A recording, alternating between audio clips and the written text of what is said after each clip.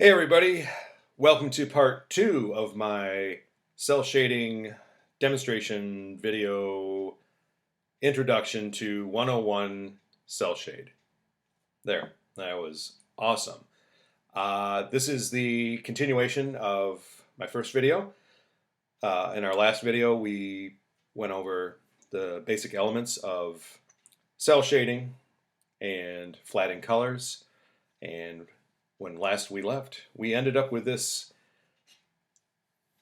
result here. So I'm going to talk with you today about doing a little bit of additional render work on this, and that will be working with adding highlights to the colors, a couple of different options for that, and also working with what are called color holds, which is assigning color to black lines rather than having them be black. So, yeah, let's go ahead and get going here. Again, for this, we're going to be using a combination of not so much the paint bucket tool now. We're going to be using more different iterations of both between the brush tool and the pencil tool. And then we'll also be using and making selections with the magic wand tool as well. So, what I'm going to do first is talk about some options for adding in highlights to your cel shaded piece. And let's first start out with here. So I've had the brush set to darken so that it wouldn't affect the black lines. But for doing highlights, I'm going to show you first how to do kind of a hard edge highlight for and typically a hard-edged highlight is going to make things look like they're wet or shiny or having kind of a high sheen to them, kind of a more polished feel. I'm going to arrive at the color that I do this with by sampling my color of the flesh that I have here and setting my pencil to screen.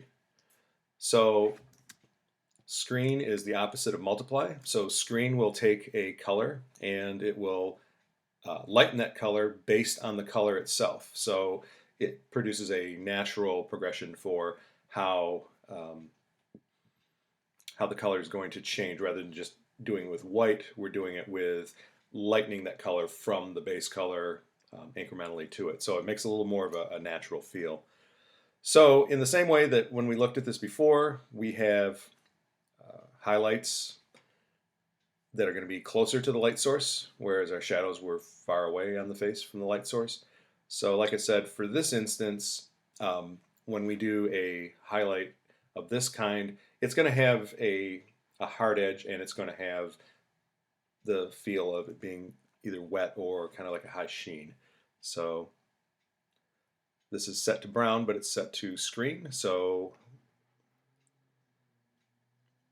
and like any kind of a screen thing, multiple times that you go over it, you will eventually get to white, like that.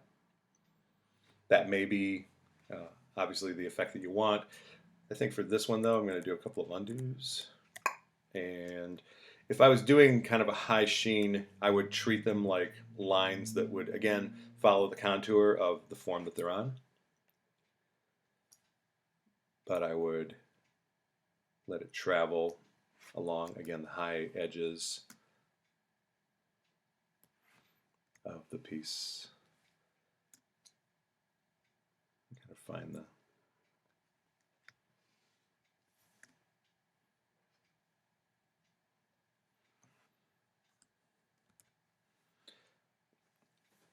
So again, in taking a look at that, you can see this kind of makes it look like her skin either has like sweat on it or that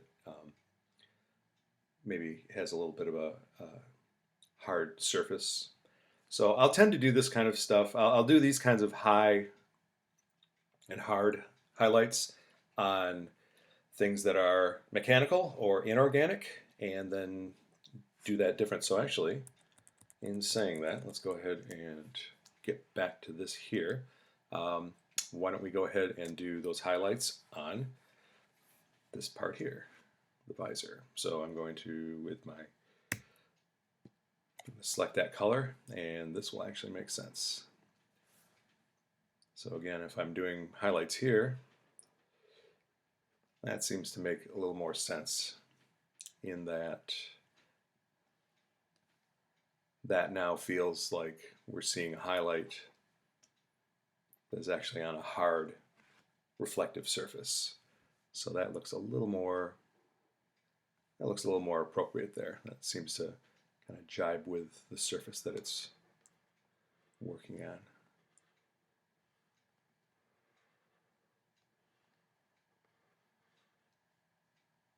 And as you're seeing, I'm kind of making use of the way that screen works, in that when I go over a screened area a second time, it yields a lighter white, or closer to white. So yeah, so that seems like a little bit more of an appropriate way for us to get that feel for that surface that this reflection is happening on. So the other option that we have is, go ahead and collapse this down, is doing areas of highlights using the Airbrush tool. So the way I'm going to do this is, first I'm going to select the area that I want to mess with, and I'm going to hit contiguous because I want to kind of control. If I didn't have contiguous on, when I selected this flesh tone on her forehead, it would go and select all the flesh tones. Because of how I'm doing this, sometimes when I'm doing this, I like to kind of segregate and work on just a section at a time. So by selecting that there, now I have just her forehead. That kind of helps me focus on the area, but it also means that I won't accidentally highlight something or add a highlight down here in a way that I don't want to. So I'm going to just kind of incrementally move down her face by selecting these certain areas. So in the same way that we have the pencil tool set to screen, I'm going to set the brush tool to screen as well.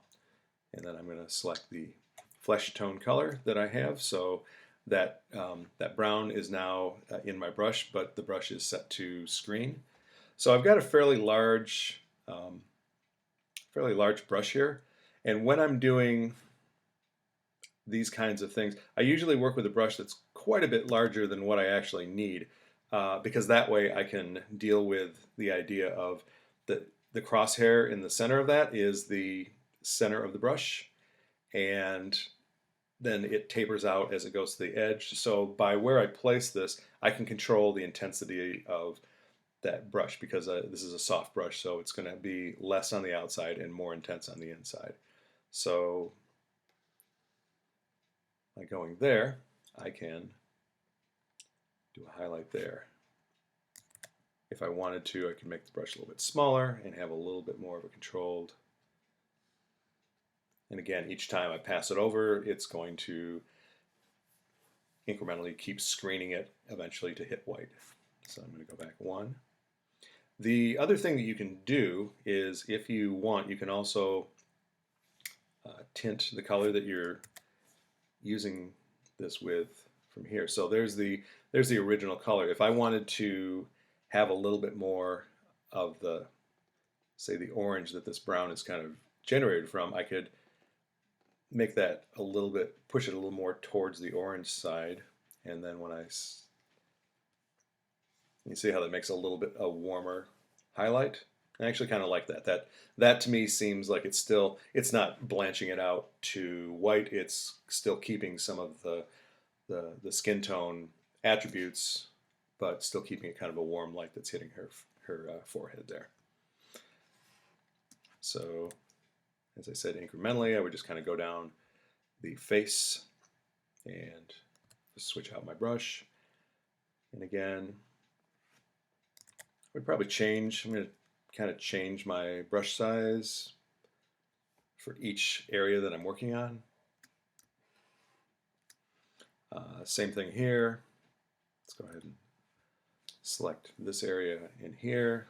When I go to my brush, this one I would probably go up and again do a large brush so that I could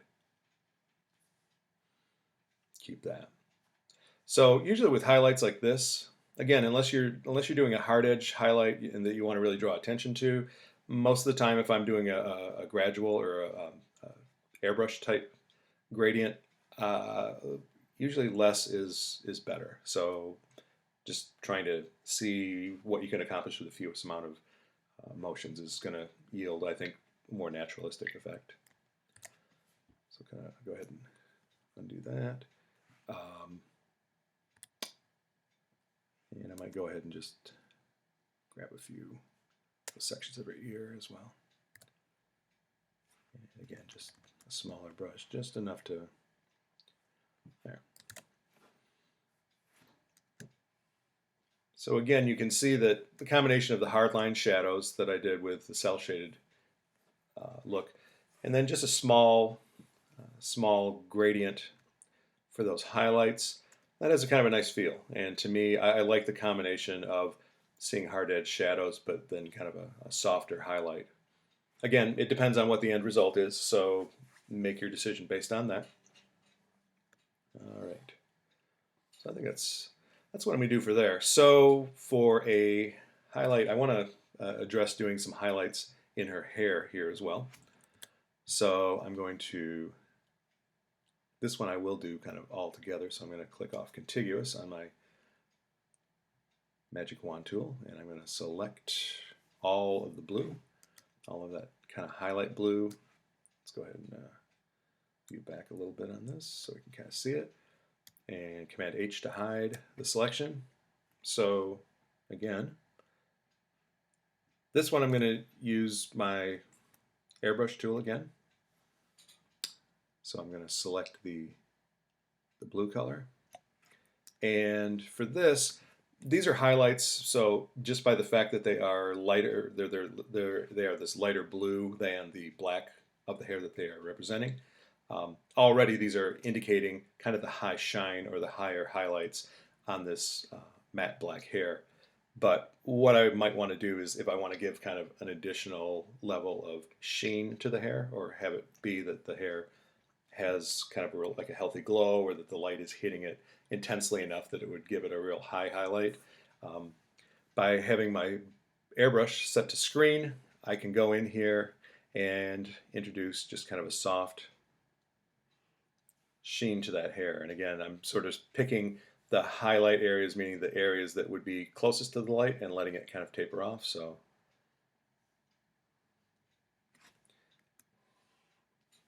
and maybe just kind of along there too. So again, nothing, depends on what you want to have.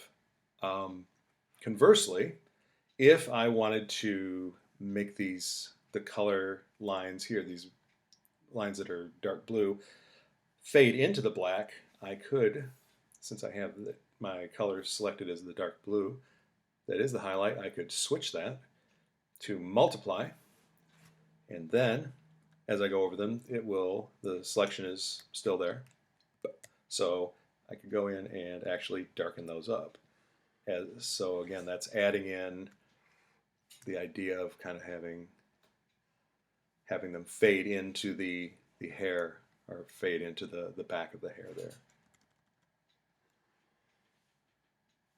So there you have a nice, again, there's a nice intentional kind of stylized gradation from the highlights to a very high highlight, and then gradating back into the deep shadow and blending into the hair there.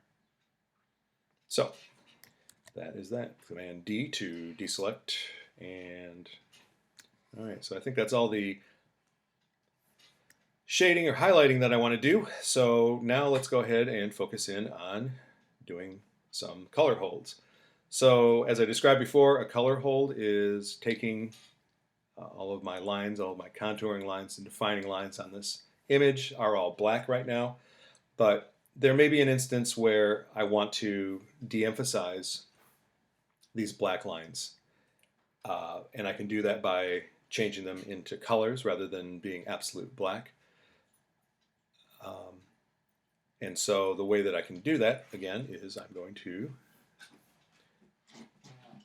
select black here, and that selects all of the black lines. And I'm going to go ahead and just Command H to hide that selection. So right now my selection is around all of the black lines. So they're the only things that are going to be affected. So I'm going to go back to my pencil tool, and I'm going to set my pencil tool back to normal, because at this point I do want the color of the pencil to supersede and overwrite the black line. So as just a quick example to see that, if I have that red, again, I can draw out here all day, and it's outside the selection, so you're not going to see it, but as soon as I go across the black lines, they will be affected by my pencil because it's set to normal. So what my intent here is that I want to change the line colors on parts of this drawing. And usually when I'm doing human faces, I will tend to focus on trying to add and do color holds on lines that are interior lines for a face to help soften edges that I still want to maintain a line, but soften the line so that it's not quite as dominant. So I will do that for a variety of reasons. For this instance here, by softening some of the lines around her nostrils and on her nose and on her upper lip and this jawline here, it'll help to soften that face and to make it look a little bit more, youthful. Because anytime you start adding lines to anybody's face, it makes it look older. So if your intent is that you want to have a young, vital, youthful look, any way that you can make the lines a little bit less dominant is going to help out. It also is going to help to unite things as well. So what I'm going to do is I want to have a color that is somewhere between my deep shadows, or my dark shadows here, and the black. So I'm going to select my black, my dark shadow shape, or color rather, and I'm going to find something that's kind of splits the difference between black and that. So we can see that that's where the dark shadow flesh tone that I chose is, and this is the new color. So this is the color that I'm going to fill these lines with. And when I say fill, it means that what I'm going to be doing is going in with my pencil set to normal, and I'm going to just specifically pick those lines and fill them, because I don't want to fill all of this black with just certain areas. So again, by drawing on that, you can see that that maintains the line, but it makes it a little bit less dominant. So that helps to soften the effect. It doesn't lose what that line is providing, it just makes it so that it's not quite as obnoxious. So I think that also what I'm going to do is, this will kind of help too, is that I'm going to use the color holds on these lines to help differentiate like things together. So there are times where I will do just kind of interior lines. So I would leave a heavy black line as my outside contour line, and then I would just sort of change the interior lines to the softer lines. So I could maintain, again, that strong, dominant black exterior contour line. Again, that's kind of a style thing. I do it that way. I still also maintain the idea that I want to maintain certain things that are going to remain black. So for instance here, what I did was I left the actual hole of her nostril black to imply that that is a deeper dark black because of it being a hole that is going up into her nose, and that differentiates from the other folds of the corners of her nostril and the lines on her nose and stuff like that. So, and I'll do that with, usually I'll keep, the things I'll keep black will be, again, perhaps like interiors of mouths, nostrils, and portions of the eye, because I think having the eyes, since the eyes are really important with kind of creating a focal point on an image, I like to have that absolute black in the eyes, either with the eyelashes or with the iris or the pupils and things. So with this, Again, if I'm just sort of following my rule of keeping the outside shapes black to establish a nice strong contour line, but doing kind of the interior folds and lines as my color hold lines, then that kind of helps with that.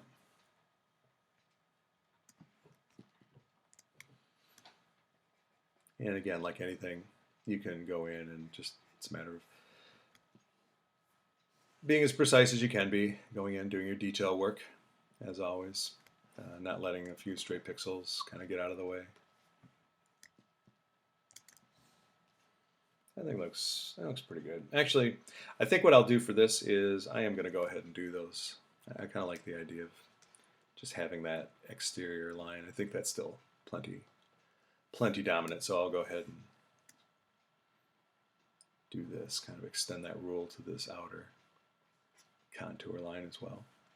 I still think that that has a nice feel of defining that edge very strongly, giving it a good feel on the outside. A bigger brush and just kind of go in there.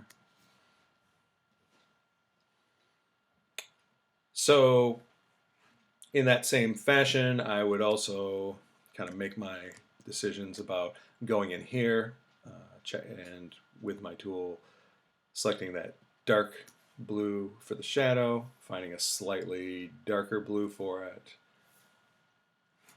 getting my brush a little smaller, and then just taking care of some of these interior fold lines and making color holding them. And again, to not get rid of, I mean, everybody's face has folds and wrinkles and lines in it and stuff like that. This is, again, just something where I'm trying to control the feel overall of the relationship of those lines and giving some lines stronger things to do and other lines less things to do. So with here, and the reason that I like to do this by hand is because you're also making, just again, it's not all just technical decisions. You're making aesthetic decisions too. So again, this black here is the extension of her eyebrow, or rather her eyelash, breaking past the contour of her face.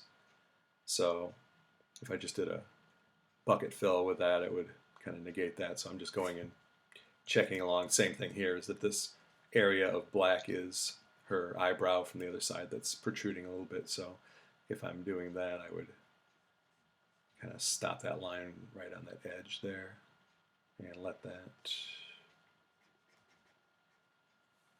there. Again, just kind of cleaning things up a little bit.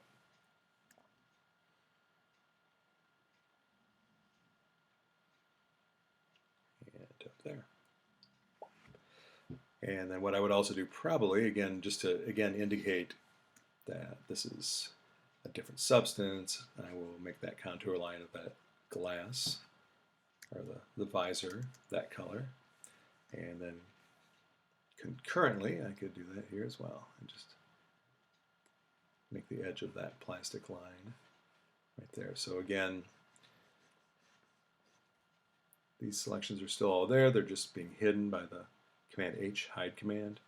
And actually, her visor would go up and kind of connect here. So again, you just kind of have to visually figure that out and just kind of extend that up there. So there we go.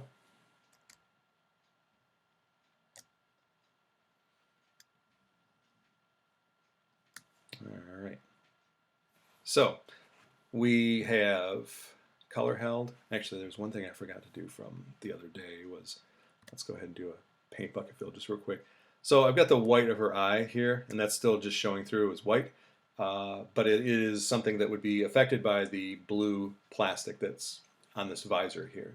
So I want something that's going to essentially be white, but it's white that's tinted by blue. So I'm going to, with that paint bucket tool, I'm going to pick that light blue color, and I'm going to find a very light blue that I can dump into those white areas. Oh, first I have to deselect the black lines that were hidden there. So now I can go in there and I'm just going to fill those white parts of the eye, now with a light blue. So this still looks like a white eyeball with darker skin around it, but now it's all being affected by the color of the blue within her visor. So if I was going to be continuing on this picture, I would be doing other stuff too. I would probably go in and do highlights and colors, additional rendering on her, on the tech of her earpiece and on the visor as well. Like I said, I'll usually just sort of, I might actually just sort of, again, place a holder color to just sort of have a color there for me to react to. This could be something where I might just additionally just make a deeper tone in there and kind of just, with my bucket tool, just do some color changes there just to give it a little bit of depth. And again, just being consistent with what I'm doing. I could add shadows into this. So you can take this kind of as far as you want. Let's go ahead and, actually I don't want the arrow anymore, so let's go ahead and just paint bucket fill the rest of that with pink. Just to make it a little more interesting. All right, cool. Alrighty, so we've done cell shading. We started out first with flatting. We determined the hard edges of our shadows and laid in our cell shaded shadows. We then did selections of the flat colors and altered the color universally. So I was able to change the skin tone that I had to darken it up a little bit, to and then also to do that with the shadow areas that I had. I then was able to select those flat colors and do my highlights with either a combination of using a pencil tool set to screen or an airbrush tool set to screen. And then I was also able to, with my magic wand tool, select all the black lines, change my pencil to normal, and do color holds. So I was able to change some of the black lines in this picture to color tones instead of black lines, but make the decision to leave some of my lines black and leave some of them color. And again, in service of wanting to unite things visually, to unite things through color, and to differentiate between things that have different surfaces. So the lighter lines on her face help to make that look a little softer, so it implies flesh, but I've left harder lines on the inorganic objects to imply that they are a harder substance that's different than the tone of skin. And that's that. So, all right.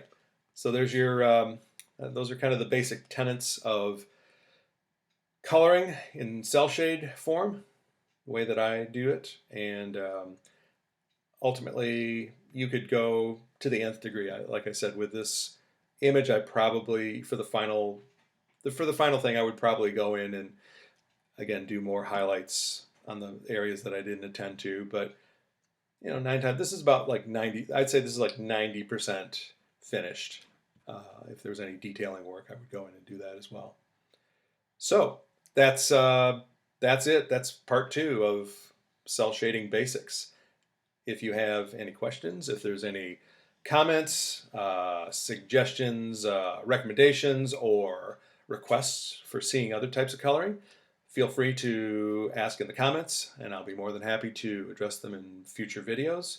But that's all for today. So I'm Paul Sizer. Thanks again for stopping in. Again, be kind, be alert, stay safe, and draw every day, and I will talk to you later. Thanks a lot for stopping by. Bye-bye.